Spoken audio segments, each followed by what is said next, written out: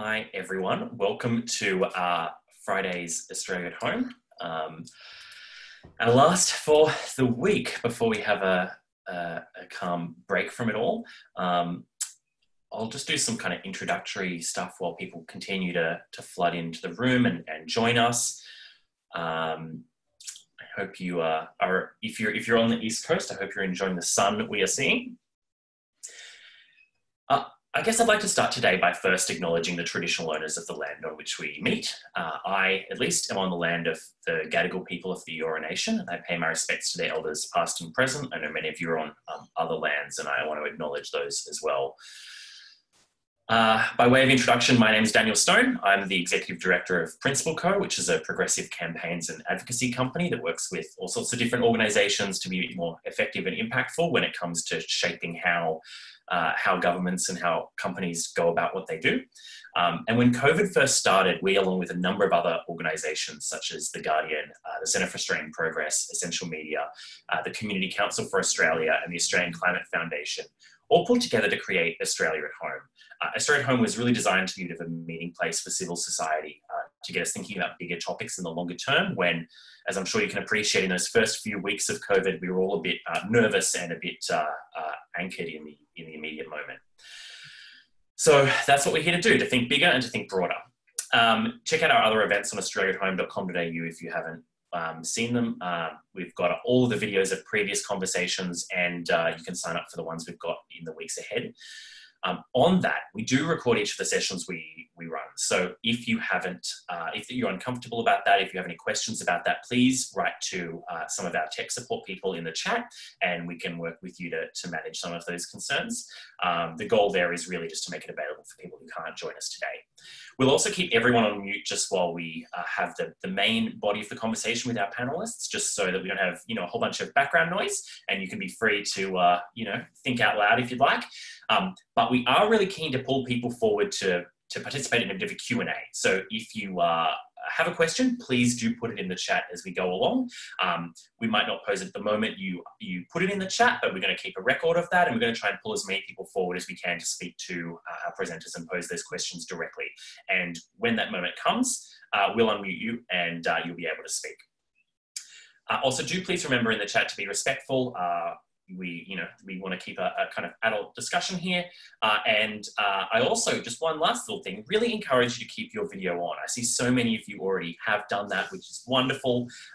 Also, be sure to flick it onto the grid mode, which you can do in the top right-hand corner. I'm not sure if I'm mirrored for you, but your top right-hand corner. And you can see all the people that are with us today. And it's lovely just to feel like you're kind of connected to all of these folk. Which is wonderful, even though some of you might be having lunch or otherwise being in your rooms. It's nice to know you're around.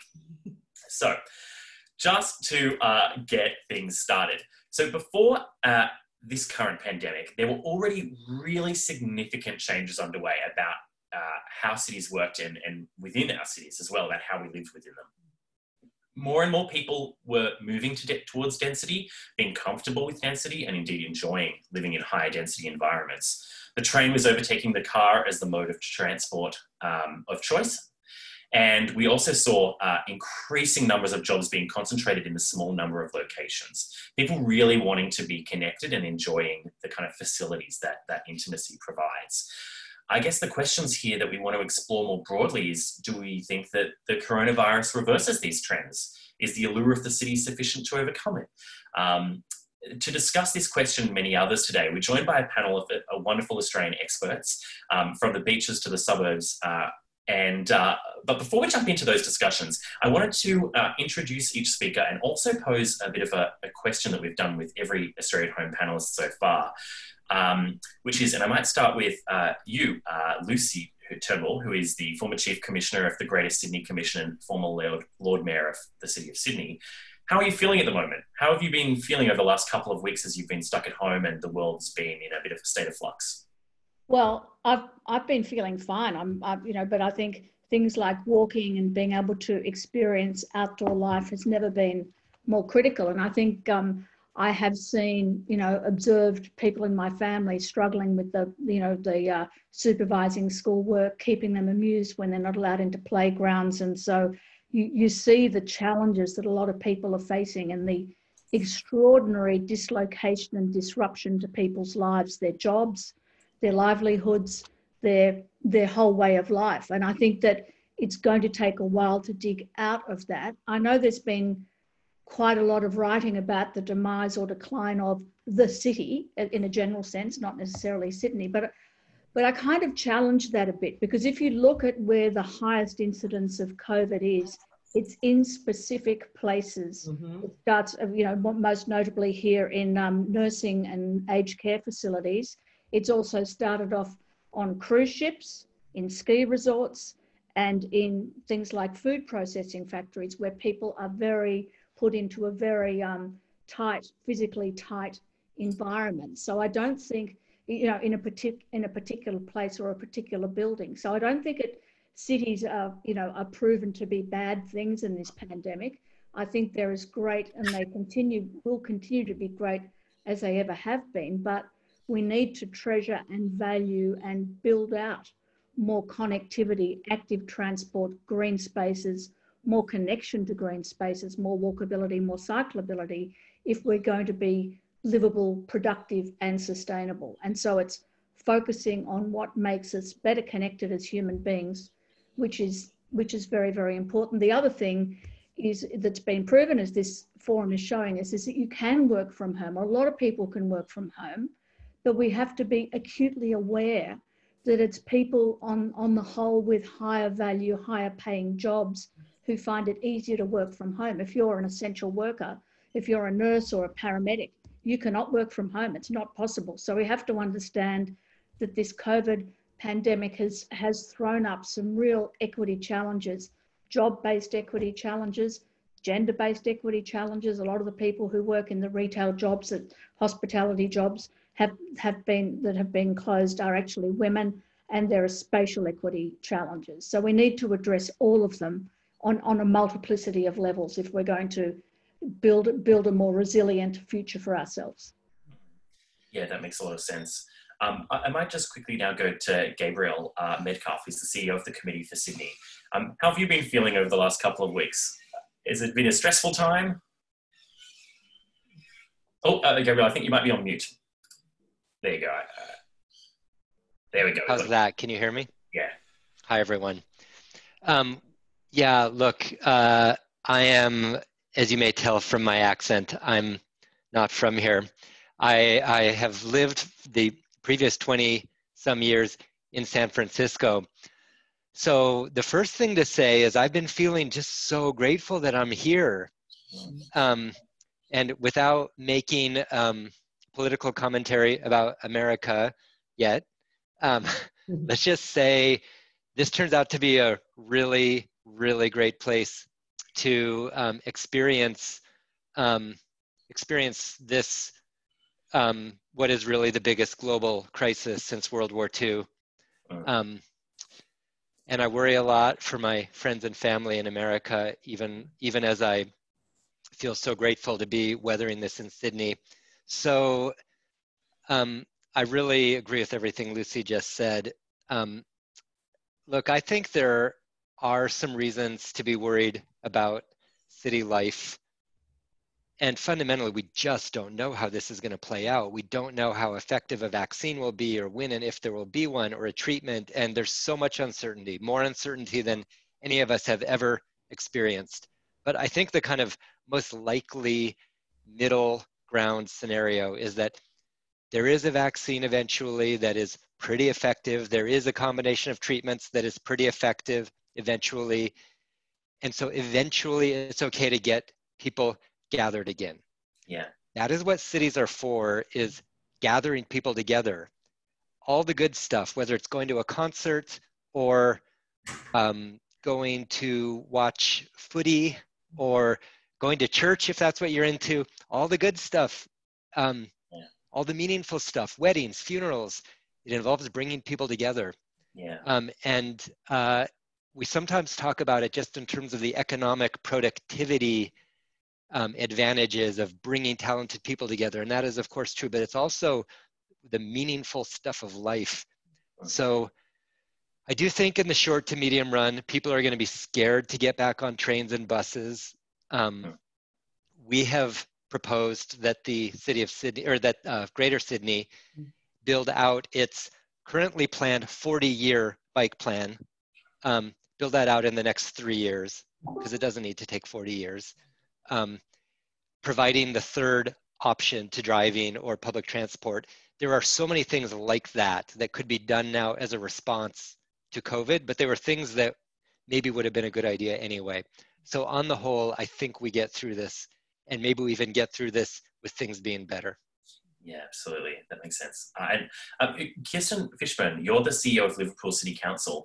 How have you been feeling? I imagine it's been a much more immediately stressful environment for you, given that of our three guests today, you're kind of directly involved in kind of managing this situation for people. So thank you, Daniel. I mean, oddly, in some ways, it's business as usual for councils. You don't stop picking up the red bins, even in a pandemic. You don't stop assessing DAs. People still ring customer service. And in fact, a little aside, we're getting more people ringing the customer service centre with complaints about their neighbours than we've ever had before. With so many people at home, that's their opportunity to really get annoyed about someone's barking dog, or to think, I'm sure that pergola didn't have a DA attached to it. So we've actually been a bit busier in some respects. I really echo what Lucy talked about one of the issues that we've got is in some ways a divided workforce, and that even plays out in council. So my depot staff are still out on the mowers, mowing every day, but my professional services staff are all working from home. Now there's pros and cons between that, but you're immediately seeing an equity of experience. I suspect for many of them working from home, they probably prefer to be out on the mowers now after 5 or 6 weeks, but it's different. You know, what was a united workforce is now becoming a much more fragmented one. And I think that's going to be a challenge for many employees going forward. For me, absolute top of mind is making sure we don't lose the learnings about what people value in public spaces. It's been the first time ever where suddenly everyone realises how important local government is. All your local roads, all your bike paths, all your parks, the community desperately missing the library services and the art centres. And I think to try and bring that forward to help make a better space and a better understanding about local and social cultural infrastructure is going to be the real challenge, but it also presents the real opportunity in a local government space. Yeah, that makes a lot of sense. I'm grateful that you've managed to, but all of you managed to pivot the personal into some broader thoughts to start with. I guess to start diving into that a bit more deeply, Lucy, I'd like to start with you. So until recently, you were tasked with developing a strategic plan for Sydney's growth. Does COVID mean that we have to completely rethink what way our cities will change over time? What does it look like for our future planning?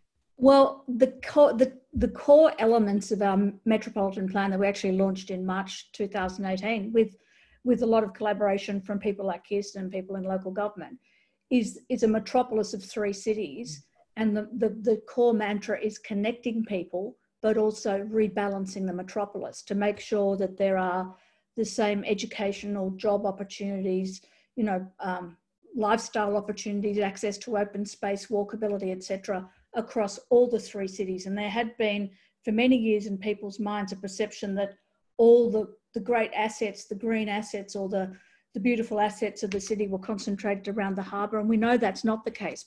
And we've got to build out the opportunity and the access to those assets and those treasures, and and also build out the jobs and the universities and the educational opportunities right across the city. And that's even more the case now at a time when, as Gabriel mentioned, the pressure on public transport will be very great because the capacity to carry people on public transport will be put under a lot of pressure if there are distancing rules.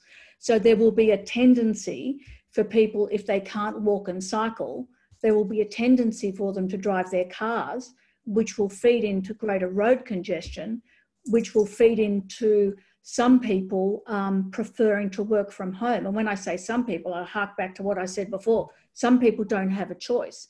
So we have to kind of imagine, building that polycentric distributed city, as I said, as Gabriel was saying, possibly a lot quicker than we would have done originally. It was a 20-year plan and a 40-year vision. And we might have to bring forward some of those investments which build productivity, closer access to jobs, closer access to universities, etc., and to green space and cycling and walking.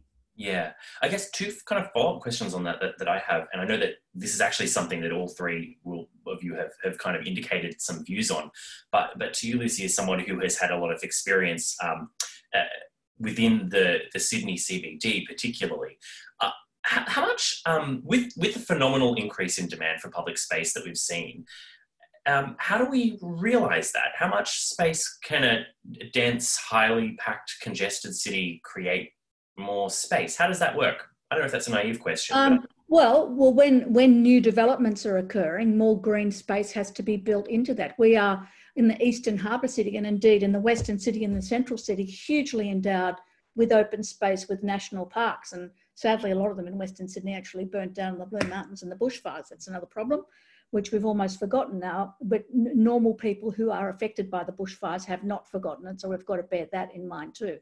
So we need to, you can't create, parks in the middle of, congested high-rise towers, but you've got to build, walkable connections, green space wherever you can, and cycling space to connect you from one part of a city to another. And the CBD's a good example of that. So, the opportunities afforded by, being able to cycle around the harbour foreshore is actually, it's not just a lifestyle sort of fun thing to do. It's actually critical to productivity and addressing road congestion coming into the city to work. And similarly for Liverpool, I mean, I think one of the things that I'm sure Kirsten's team have been working on very much is how to create greater non-motor vehicle accessibility to Liverpool. It's fundamental to people's livability. You could say the same thing about Campbelltown. You can say the same thing about Penrith, and you can say the same thing about Parramatta. So it's important to apply the same principles right across the city, because in Western Sydney and around Parramatta, etc., those principles are often not applied, and we need to apply them. I think the City of Sydney has applied them more because they've had more money, and they've thought about it more because they've had the same pressures and they've had greater resources. But we've got to build that out right across the city. That makes sense. One other thing too that I want to touch on is you mentioned a bit about the kind of jobs recovery there, the kind of economic side of this as well. Do we think that with everyone having worked from home and kind of really changing what it means to go to work, that we should be looking at, trying to push people out into other areas where there is a bit more space, where there's less demand on transport and services, or is the idea of building dense and difficult kind of, or trying to like make the clockwork of the city work better? Which approach is probably the more strategic or reasonable thing for people to be thinking about? Well, I think actually this is the time to be building job hubs, especially for people working in the public sector across those sort of polycentric centres that I've mentioned before, the Parramatta's, Liverpool's, Campbelltown's, Penrith, Camden, etc. And I always leave one out, so I apologise to the one I'm leaving out at the time. But there are a whole lot of large strategic and metropolitan centres outside the CBD. This is an opportunity to relocate people closer to their homes and get them to work from hubs. If they don't want to work from home because they've got screaming 3-year-olds, which is something I completely understand. I don't know. They all should get a bravery medal for doing what they're doing. At least give them the opportunity to come in and work somewhere closer to a hub where they can all sort of hang out, and we're going to transform from hot desking to cold desking, which is an interesting one. But being able to work in hubs closer to where they live. Yeah.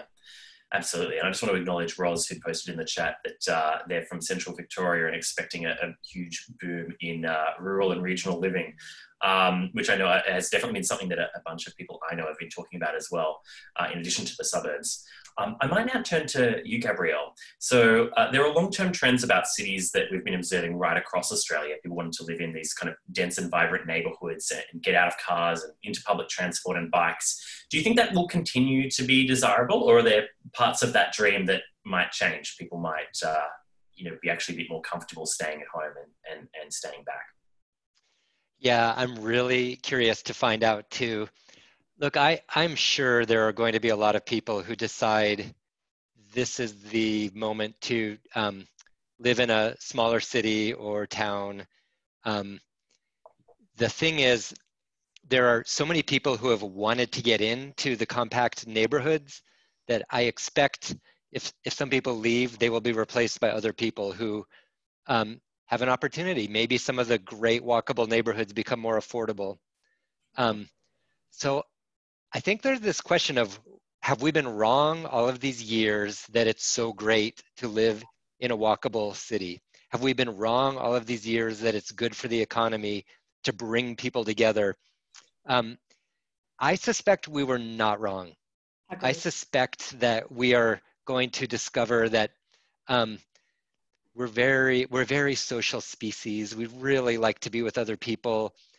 It's so good for figuring out new problems, but it's also just fun.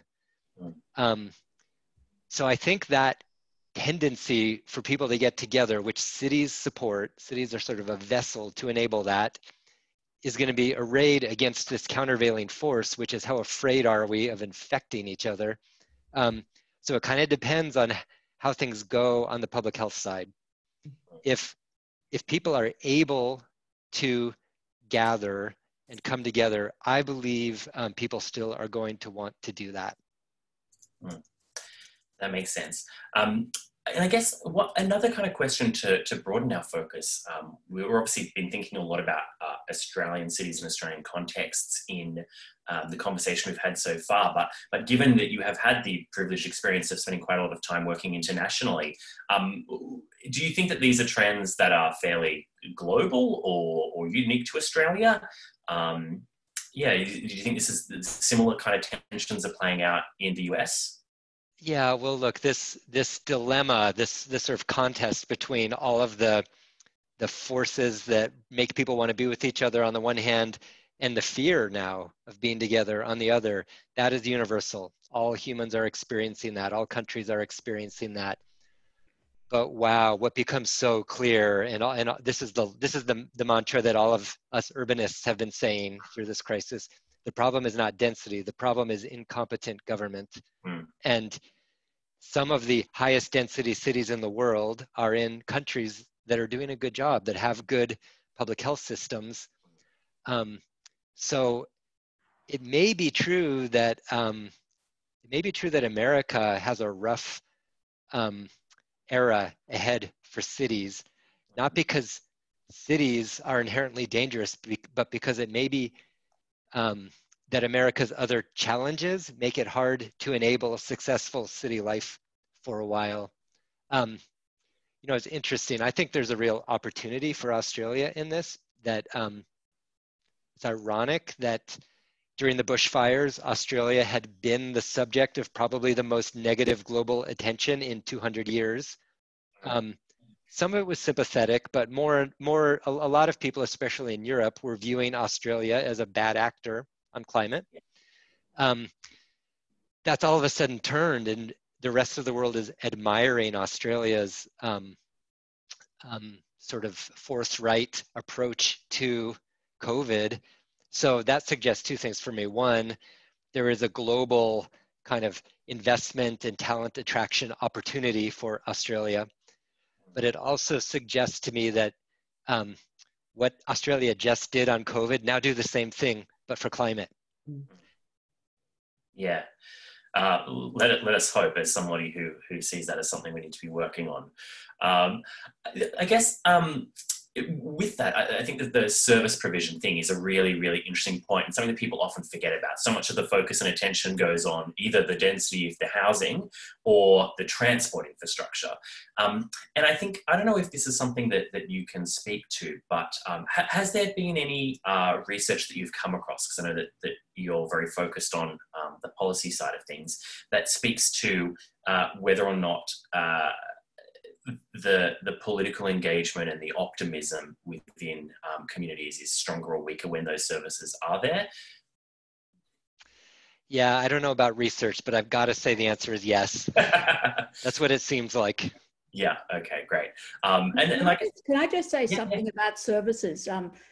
Sorry, Daniel, but I think it's really important that services is a huge spectrum, right? There's a huge spectrum of services from, social services, cafes, restaurants, tourist services, you know, lawyers, accountants and stuff. But there's also essential services like transport and logistics. And I think we need to recognise the centrality of that logistics and delivery task. I mean, imagine if in the last few weeks or a couple of months, there hadn't been the ability to order as much stuff online as we all have. Yeah. And we have to build that. That's another sort of transport connectivity that we need to build into our thinking. And I think if we're going to build a greener, more sustainable world, actually understanding the significance of being able to get things, sort of on demand has its pluses and its minuses, but we've got to make sure those services actually can be supported in terms of the road capacity, but also where they can be located. You can't just assume that every single bit of land that isn't sort of high density or moderate density is suddenly rezoned, and so you sort of nuke all the, you don't nuke anything, of course. You sort of rezone everything that looks like it's underutilized, when in fact it's serving a really important function like transport, logistics, building services, all those sorts of urban services that are actually critical for a city. And I think we need to recognise that, as well as the stuff we all appreciate when we walk down a high street. The other thing I think we need to recognise is that retail could change, which will have forever potentially, which will have potentially a not so good impact on large shopping malls. And I can't imagine a world where the impact's going to be positive, but it will actually create the opportunity for local high streets to be re-energised.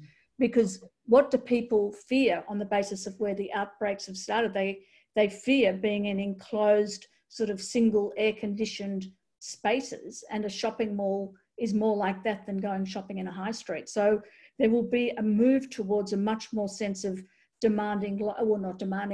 preferring local services, local delivery and local supply chain. I mean, the lack of hand sanitizer and PPE equipment is just was remarkable. And I think if we ever have another pandemic, can we please not have that problem again? So we have to support the construction and the location of supply chains which support those essential products and services when we need them. Lucy, can I pick up, because I absolutely agree that now is the time to revitalise the idea of high streets, and it fits so beautifully with the idea of a city that you can walk and cycle to, but it then falls into all of the work and thinking that's being done around urban tactinism and reclaiming our streets back from our cars. I mean, this is our chance to say, okay, well, basically everybody's treating streets as shared zones as it is now because there's so few cars on them. Let's do this opportunity to get streets in town centres and CBDs down to 30 or even 10 kilometres. Let's widen our footpaths, because we're going to need to do that over this period of time anyway, so people can, congregate safely. Let's focus on bringing back that high street economy. Let's focus on small interventions in the creative and cultural space as well, because people are not going to feel comfortable going to a 2,000 seat theatre for quite some time, nor to any of those big events. So a really good chance to actually say, let's make these 30-minute spaces. Let's bring all of the benefits of density into these spaces by looking at them as a complete urban form. And I think that's a really exciting opportunity for councils and for the state to think about how we can do some reshaping right now. Yeah, that makes a lot of sense. I think that actually brings me to, I guess, my next question for you, Kirsten. So obviously, Liverpool, for those watching outside of Sydney, contains of what, a lot of people traditionally think of as suburbia, with many citizens commuting a long way to the eastern end of the city or to the CBD. Are you expecting that to change after this? And what does that mean for the local council? Look, it's a really good question, because like all Western Sydney and all kind of outer urban or peri-urban councils, a bulk of the population do travel in. It's about 65% for ours, and we would be one of the lower percentage that they leave the council area to go and get a job somewhere else. Lucy's picked up on it really well. Working from home simply does not work for everyone, and I'm really concerned about the messaging that creates around two classes and the potential risk that people start under-investing in public transport or in infrastructure. So I see the opportunity here to exactly take up the idea of creating public service sectors in strategic centres, or business offices in an area, so offshoots of, you know, maybe the big four. I ask them all the time to come to Liverpool, where they're able to bring their workers in and where their workers can walk in or cycle in, or if they only have to come in once a week, it's not as complex a commute. So I think there's a real risk that we think everybody can work from home and therefore we only need to focus on the Sydney CBD and Parramatta as a consequence. But actually the real opportunity is to acknowledge that not everyone can work from home. Not everyone wants to do that 5 days a week. There is always a need for people to commingle. And if you don't allow that need, you destroy local economies as well. So what can we do to realise really strategically that 30-minute vision and to bring business and the economy back into these clusters? So I see there's some real risks if we're not really clear about the fact that not everybody can be in a working from home space, and we don't want to further entrench disadvantage for people who can't be in that space, but instead to see this as an opportunity to start to bleed out and spread economic benefit. And that includes regional and rural areas as well. And I think that for them too, they may well see a high street renaissance as well. And that's a really exciting benefit if we can bring that into regional and rural as well as into our strategic centres throughout our capital cities. Yeah, that makes sense. I think kind of building on that as an idea. So I don't know whether this is captured under the idea of this sort of social infrastructure, but like, what are the things that that you're thinking about that the council needs to do to help support that specifically? Like, are there any particular initiatives that? Definitely looking at making use of streets. So that they're simply not just for cars. They can be for exercising or cycling, or they can be planted out, or that sometimes they're not for cars at all and people can spill out onto them. So you can have cafes that socially distance because you've got more physical space to do that in. The streets are something, this is our chance to reclaim our streets. And if we lose this, that's a dreadful loss. People suddenly love their parks. And I've been meaning to tell Lucy, Western Sydney Parklands is busier than Centennial Park at the moment. So people are out there, they want to be out there. And I think that's partly wanting to be with people as well. You know, I think Gabrielle's absolutely right. We want to be with people. We had to chain off the chessboards in Macquarie Mall to stop people sitting there and playing them because they want to be with each other. Yeah. So let's be much more strategic about our parks and open spaces, and let's absolutely value them. Right. And then I think there is the social infrastructure that make sure no one gets left behind. And the one thing, there were two things that I've really struggled with are the collapse of the arts and cultural industry, which has been a voice for people, you know, from every background.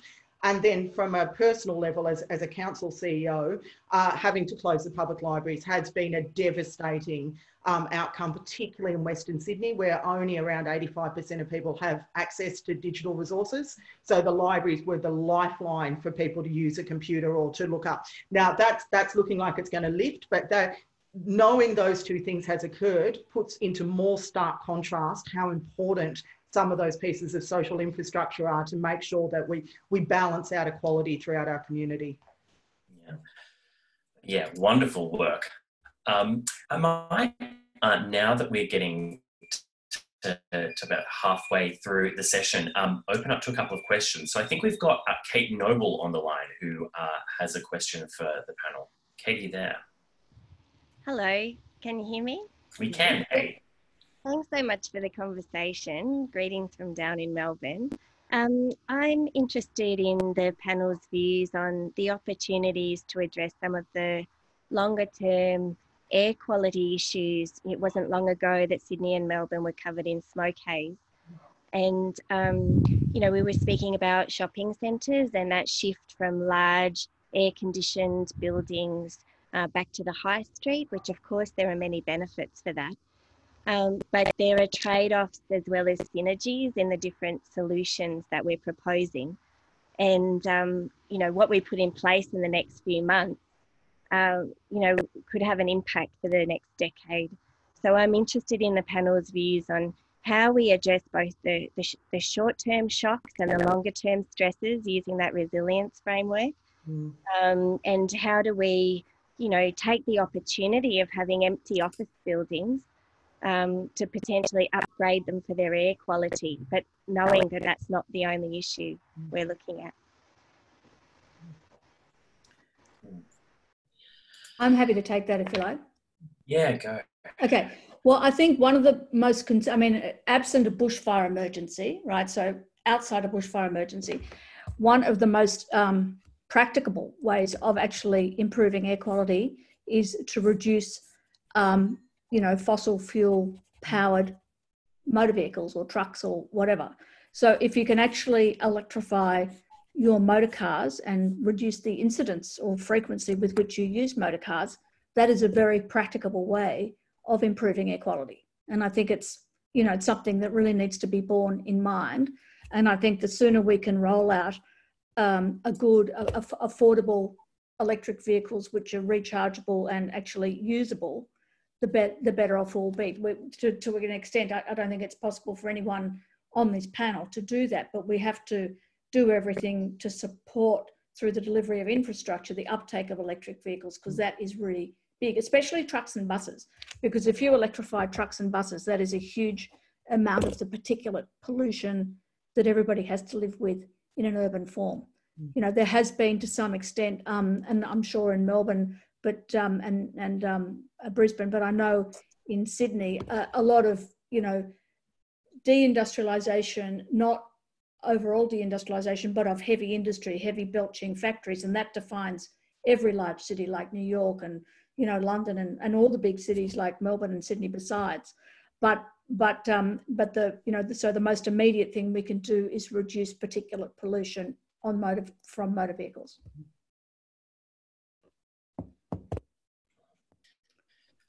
Did anyone else want to jump on to that question? All I want to add is, again, and it's around don't lose an opportunity in a crisis.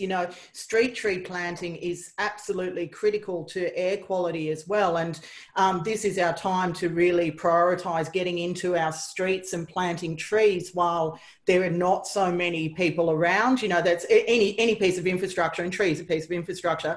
It's always a challenge to do it when everyone's out on the streets. So I'd love to see the capacity to bring forward street tree planting. The New South Wales state government is committed to that too. So maybe if we can bring forward some funding and really roll some trees out over the next 12 months while our streets aren't going to be so busy, we will see an uptake in air quality very quickly. And shade. Yeah. That makes sense. There's also a couple of, we've got a few people on stack, but one kind of broad question that was coming through the theme, which I'd be interested to hear your thoughts on as well, as a panel, is Sydney in particular, and I know to some extent both Brisbane and Melbourne there's been this kind of defining debate in public life about city planning, which is, are developers doing too much? Are they exploiting systems? Are they terrible people? I have no view on that myself as to whether that is or isn't true, but I think there's clearly a tension when it comes to negotiating planning permissions and people who are doing the kind of capital investment in these kind of big projects. Are there any particular what are the indicators that things are being managed well on that path, that there's an accountable and fair balance between people who are sinking large amounts of money into the really major high density projects, and also ensuring that the quality of those buildings and the follow through of how they're built and accountable in the long term are kind of all held together in balance? How do we do that well? And Gabrielle. Okay, I'm going to give a general answer, but Lucy's been planning Greater Sydney for a very long time. Look, the way we try to think about this is we try to get past a dichotomy of is development good or bad. For us, we want high quality development and development put in the right locations and in the right formats. So our vision is that new development basically should go in places where people are not going to be forced to drive. So there's a very simple test. You ask yourself, is this apartment you're about to build realistically going to go somewhere where the people who live in it are going to have to drive to most things? If the answer is yes, then don't build it there. Yeah. And if the answer is no, then move on to the next step. So getting past the question of pro or con on development, it's about high quality development in the right locations. If you're going to be a country that has immigration, then you have to figure out places for the people to go. But again, they can go in the right places. I think that makes sense, and I'll go to Kirsten next. I just kind of wanted to say on that, like, that makes sense, and I think everyone would accept that. But I think the thing I'm curious about, and evidently folk in the chat are as well, is like, how do you ensure that occurs? Kirsten, you had something? I want to speak about that a little bit from a local level. Firstly, and the immigration debate's a really important one for councils like Liverpool and my sister councils like Fairfield. While the immigration dial is set as it is, we are going to get new population in there. So we are going to get development. I think I've always worked well with the development community. I'm a pragmatist about it. I can't deliver the libraries and the parks unless I engage with developers. You know, there's got to be an intelligent symbiosis around it. What I think has been the issue in the past is that there hasn't been good high level and then local level strategy about what happens where and why. So I think the development of the local strategic planning statements that each council has committed to and that have been endorsed by the Greater Sydney Commission is the new mechanism to try and manage out some of these issues you've seen in the past. If you've done your local strategic planning statement well, and I think we've done ours very well, there has been significant community buy-in into that. So the community has said, okay, we're prepared to tolerate density here, but not here. Or we're only prepared to tolerate X if we get Y, if we get a park or if we get public transport. Very clear set of guidelines that says this is the social contract for the development community. So with that in mind, you're able to have much more nuanced conversations, because I agree, what we want is great design, we want great architecture, we want great spaces for people, but we also want housing that's affordable for them too. So using the LSPS as a mechanism to have those conversations and clearly articulate to the development community, who frankly don't want to be jerked around by a council either, is a much stronger mechanism in New South Wales than we've had for a long time about ensuring high quality development that is done with the community's consent. And I think most relevantly, supported by infrastructure, and infrastructure in its wider sense. Things like open space, we've been talking about schools. I mean, in some of the places where there's been a lot of urban change, a lot of people say, well, why is the school so far away? So you have to build the housing, build have the development in a coordinated way with the schools, with the healthcare, with the police stations, with all that stuff that goes to making a place. And it's not just about making a place. Planning for a place is really planning for people, because if you think of your own experience of wherever you live or work, you think of it being a place, but it's a place where the bus turns up or doesn't turn up, the train comes, there's sunlight in the street, there's shade when it's hot. So you've got to pull all those pieces together and have development in that context. That makes sense. I might go down now to Evelyne, who is on the chat as well. Evelyne, are you there? Yep, I'm here. Hey. Ah. So, hey, Kirsten. Hey. So I was asked to reflect on equity, because I remarked that and you mentioned that, Lucy, that COVID-19 has such a diverse impact on different populations, and that it's more places that are affected than geographic entities. Now we at CHET, the Center for Health Equity Training, Research and Evaluation, we tend to look at health inequities in postcodes, by CFA code, for instance. And we do see that elsewhere in the world, there are enormous health inequities in urban environments. And fortunately, we seem to escape that a little bit here. And I'm really wondering why that is. Why apart from lockdown and managing the situation really well, how do we as urbanites deal with these inequities? And maybe specifically, Kirsten, you said public libraries and access to broadband internet. And when I scan the participants in this session, I think we have a wonderful cross section of people who have an interest in this. But I wonder, is everybody equitably accessing the information that we have on pandemics, on the resources that we can access to battle inequity? And specifically maybe walkability, because right now we see a lot of walkability, but out there people walk around. And what I think, and that was also a question that I asked before, what is going to change in cities due to COVID-19? Not just generic city futures. Now that people walk around more, what we know from the evidence, the research, is that when people walk, they own the street. And when you're in a car, you don't own the street, you dominate the street. Evelyne, I might jump in there just to, because I know we've only got 15 minutes left. I think the core, that's right, not to be disrespectful, but I don't want to fit as much in as we can. So I think the core of your question, if I was right in understanding it, is that nobody really wants to live or create a city that's unhealthy, but somehow we end up doing that. Why does that happen? So my answer to that is that we don't own the city. Yeah, I'd love to know what the panelists have to say about that too. I'm muted. We know some of the issues. Like we don't have trees. It's extraordinarily hot. You know, if I walked in the Liverpool CBD at the end of January, well, you'd be crazy to do it. You know, it's stinking hot. We haven't designed with awnings. We haven't planted trees, and that plays out throughout the whole of the West. It just simply hasn't been a priority in the past. So we've let our urban form disadvantage people, and I think that's really critical to some of the issues as well. I think broadly we understand how to resolve these issues.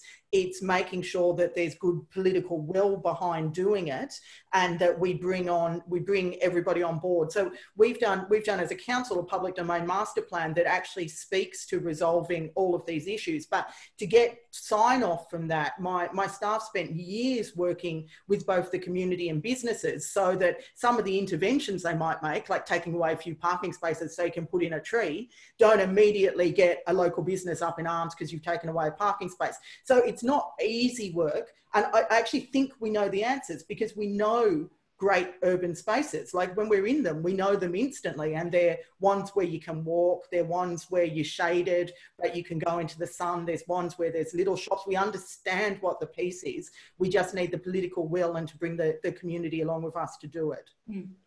I think I totally agree with what Kirsten said, but I think we have to be aware of the spatial equity issue. There is a huge temperature variation between, say, you know, the Sydney CBD or the hub, the beaches. We're talking about the beaches to the suburbs. You know, sometimes 10-degree variance in temperature from, you know, on a hot day from the beaches to the suburbs. So you have to be very careful to do urban design that mitigates urban heat, especially in Western Sydney, where there is a huge temperature gradient. And what Kirsten was saying is building trees, that if you don't mitigate heat and build trees and make the place walkable, and so people can walk, there's going to be a huge health variation in health outcomes. Because the one thing we know is that physical activity is a really important indicator of health outcomes. And if you can't walk or cycle, you're not going to be as healthy. And I think that there is a, you know, like a greater abundance of opportunity to walking, certainly walking question mark over the cycling in Sydney, in the eastern part of the city than there is in other parts of the city. So we've got to address that spatial equity issue, which operates on many other levels beside, but mitigating urban heat is certainly one of them. Yeah, that makes sense. I think I might now, Gabrielle, did you want to quickly put a comment on that? Just very quickly, I come from the future. You don't want, the Bay Area is what it looks like when inequality metastasizes. So yeah, you guys are all on the right track trying to ask this question and answer it. That's it. I appreciate you as an omen of decisions made badly. I might now call upon Laurie Patton, who has also posed a number of questions in the chat, specifically, I think, capturing one around decentralization. Although I did just want to say both to Laurie and to everyone I'm calling up, let's just try and keep questions super short so we can get through as many as we can, because there's a lot of great questions in the chat. Laurie, yeah, I'll be very quick. Why would we want to put more people into this already overcrowded city? Why would we want to create 3 more hubs? Why wouldn't we simply look at moving? Lost you, Laurie. Oh, I think we might have lost you there. I think that the nature of the question I can just read out on your behalf, which he had flicked through, was why would we want to cram more people into congested cities when we could encourage businesses to move to regional centres? Well, I think some people, but businesses are moving to regional centres, but the reason that people often want to live in cities is because of the economic opportunities that they have, and they want to be, the jobs, if you like, the universe of jobs available to them may be larger than it is in regional centres. But in principle, it's a really good idea if people move to regions, but they need to have a sense that there are the opportunities for them there, and we cannot control where people live. We do live in a democracy, so I wouldn't like to live in a city where we don't let people in. Yeah, I agree with that. I'm all for trying to enable people to live the lives they envision for themselves, and setting up a very enabling set of life possibilities for people. Can I add as well, one of the things I think we need to be really careful about as we build cities or centres or anything is making sure that we have a whole range of age and culture in all of our spaces. One of the issues with regional towns is you tend to end up with clusters of retirees. That's not great for anyone. Likewise, if the inner city absolutely it becomes unwelcoming to older people, that's not great for younger people as well. So just flagging one of the pieces that we don't talk about enough is making sure that we have the range and diversity of housing and opportunity. That means you've got everyone from a newborn to a 99-year-old in, whether it's your local town or your inner city space or your suburbs, because our communities are made better and richer when we have more diversity in them rather than when we create monocultures. And some of the thinking around inner city versus regional tends to be, let's get the newborn families out in the regional area and the hipsters in the inner city. That's not great for a society generally, and it's not great for an economy either. Yeah, that makes sense. I think someone in the chat had also commented that people are kind of voting with their budgets to some extent as well, which I think is kind of compelling. I think we have another question on a kind of similar theme from somebody who's in a public space, but asked if I could read it for them.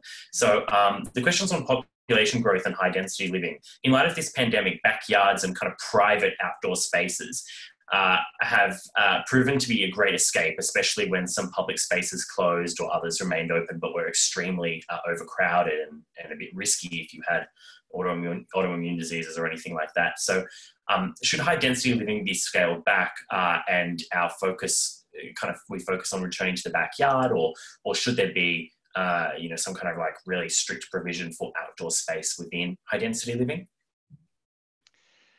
I'll jump in on that. It's so wonderful if you get to live in a house with a backyard. It's great. Everybody loves having a backyard. The only downside is it's really expensive. It's expensive to have that much space, which is why cities all over the world for thousands of years have ended up putting people in smaller living conditions where you live more of your life in the public realm. I think one of the big issues during this pandemic, and we know that the next crisis won't be this crisis, it'll be something different, but one of the issues is cities in Australia have not moved quickly enough to reclaim the public realm, to create space for people to be outside who are not lucky enough to have a backyard. So beaches got closed rather than roads getting closed. I think that's shifting now. Cities in Australia are now opening up to reclaim the public realm to create more space for people. Absolutely, if you're lucky enough to get a house with a backyard, good on you. But not everybody has enough money to get that. So just echoing what Gabrielle says as well, and I'm one of those, Lucy, with a 4 and a 10-year-old at home and no back garden, so I'm acutely aware of the value of public space. We need to accelerate opening up all of our spaces that are public yet have become privatised.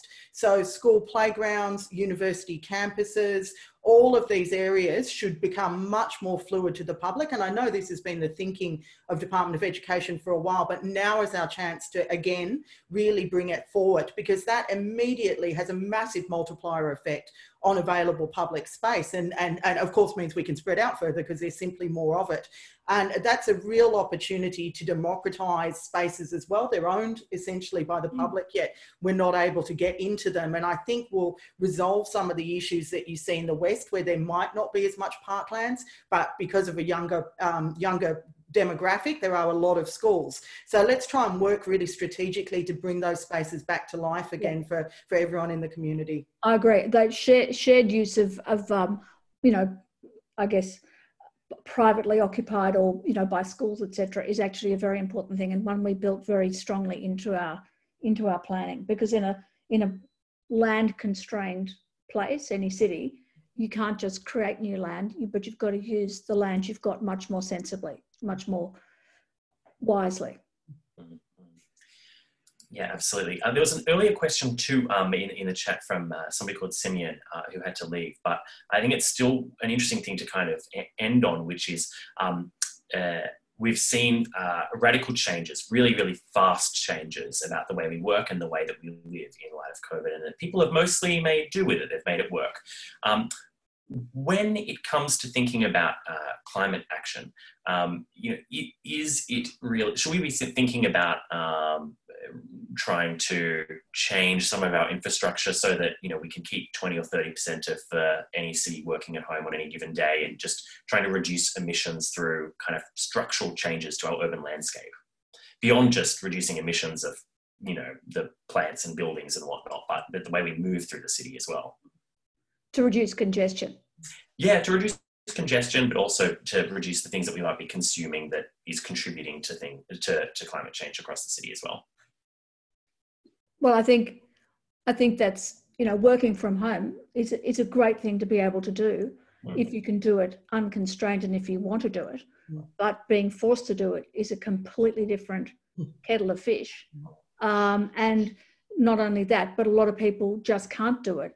And they're the people who have been totally critical during this pandemic. So, you know, this, you know, like working from home is a great thing, and a lot of people are doing it, and it's wonderful, but I'm not sure how feasible it is for everyone to do it. So we've got to, you know, encourage people if they can do it, but don't make it compulsory. And we've got to kind of create a way of working in a sort of like in a combination of ways so that we can reduce our footprint on travel and transport, etc., at a time when we have to continue to do social distancing.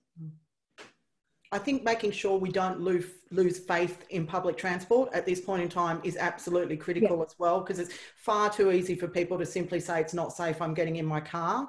And we've gone a long way in encouraging people to start to make modal shifts across the city, and we simply don't want to lose that now. And so I think that's working on really clear messaging that your trains can be safe, your buses can be safe, and that there will be really strong and clear measures put in place so we don't go backwards and end up with a completely car-focused city again. If I'm understanding the question, what changes do we want to keep as we move forward? I'll just say two that have been mentioned, but I would close with those.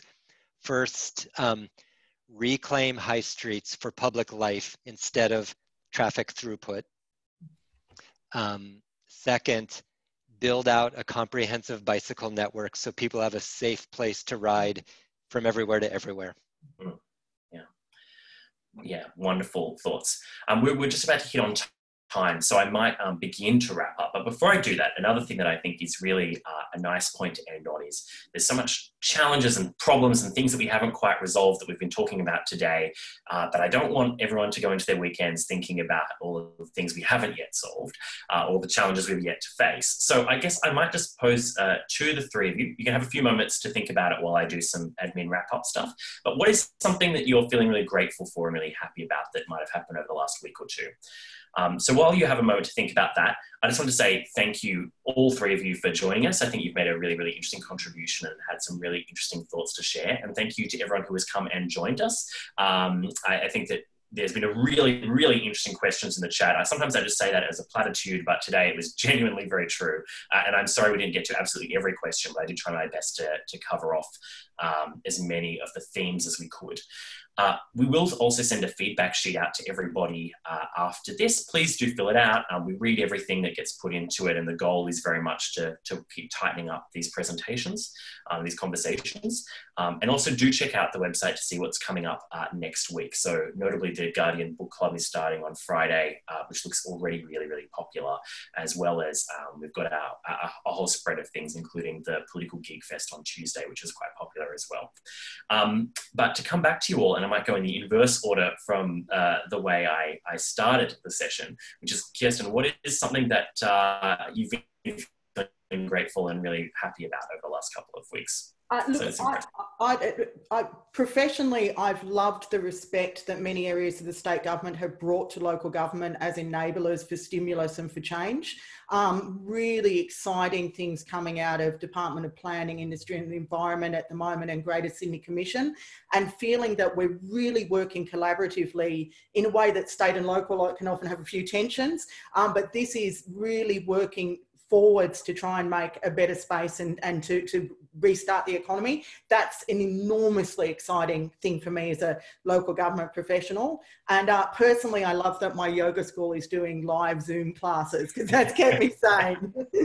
On that, I was talking to somebody yesterday who was saying that they live in Washington, DC, and their yoga instructor went back to their family home in Perth, and they're still doing it. Mad. There you go. Sorry. Gabrielle, what about you? What is something you've been feeling grateful and happy about? Okay. This is the first thing that came to my head, so I'll say it. I'm really grateful for science. Scientists are going to save us from this, and they could save us from climate change too, if we would listen to them. Mm-hmm. Yeah, and save us from bleach. Well, I'm really grateful for the things that Kirsten and Gabrielle mentioned, but I'm particularly grateful at this time for teachers and nurses who are doing and paramedics who are doing an extraordinary job in really trying circumstances, and the parents who are, you know, sort of stepping into the sort of the physically present, you know, teaching support role that they have. I think, you know, the way the communities come together and this distance learning is working is just, it's a real testament to teachers and their parents. And another equity issue, I'm worried that we can't keep doing it for too long, because I'm very worried that highly educated households who haven't, you know, or people with a natural predisposition to be able to teach, which doesn't necessarily go with high education, are those kids advantaged vis-a-vis kids in houses with different circumstances. So, but the teachers and the nurses and the paramedics, absolutely thrilled about them. Yeah, absolutely. I think that one thing is it's really proven just how essential all of these essential workers are. Brilliant. All right. Well, thank you again so much, everyone who has come, and thank you for joining us. Thank you. And I hope you all have a wonderful weekend. We'll see you next week. Thank you. Thank you.